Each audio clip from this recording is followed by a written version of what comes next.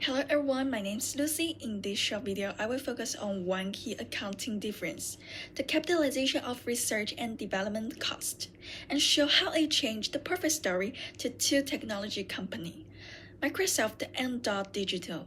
Firstly, Microsoft basically US reports under US GAAP where all the R&Ds is expand immediately. Secondly, Dot Digital, a UK-listed company following IFRS, can capitalize development once feasibility is proven. This small difference matters a lot in tech industry because innovation drives value. This same investment can either reduce profit today or increase reported assets depending on which rulebook applies.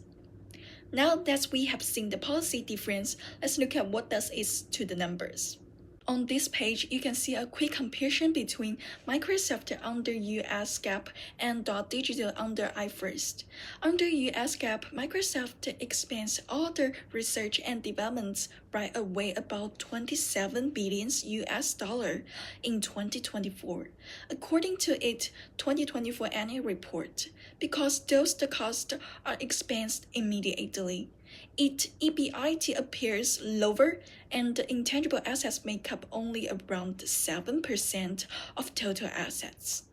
In contrast, Dot Digital, which report under IFRS, capitalized roughly £4 million of development costs last year.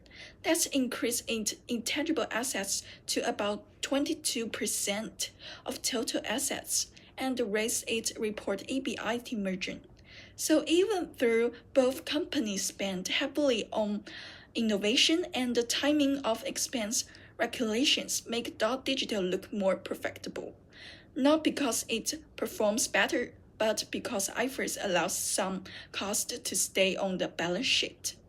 In short, Microsoft's conservative policy improves transparency but lower short-term profits. Dot Digital's capitalized boost report earnings and assets, and the difference is roughly accounting timing, no real cash flow. So let's look at why this accounting difference actually matter. First, from an investor perspective, IFRS capitalizations leave EBIT and ROA, so firm like Dot Digital appears more profitable and assets intensive than they actually are. This creates optimism in market valuations, even though cash flow remains the same. Second, from an analyst's view, cross-country comparison requires normalization. Analysts should restate IFRS firms' result as if R&D has been expanded. Only then can we compare Microsoft and Dot Digital on the same basis. Third, the broader insight. Accounting does not just record innovation. It shapes how markets perceive value. What seems like growth may simply be an accounting outcome, not a real performance improvement. Finally, let's connect this to M&A.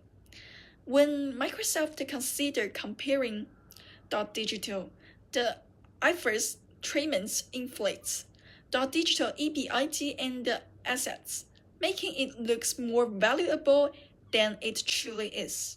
If Microsoft does not adjust those figures, it could overpay for accounting assets rather than real innovation.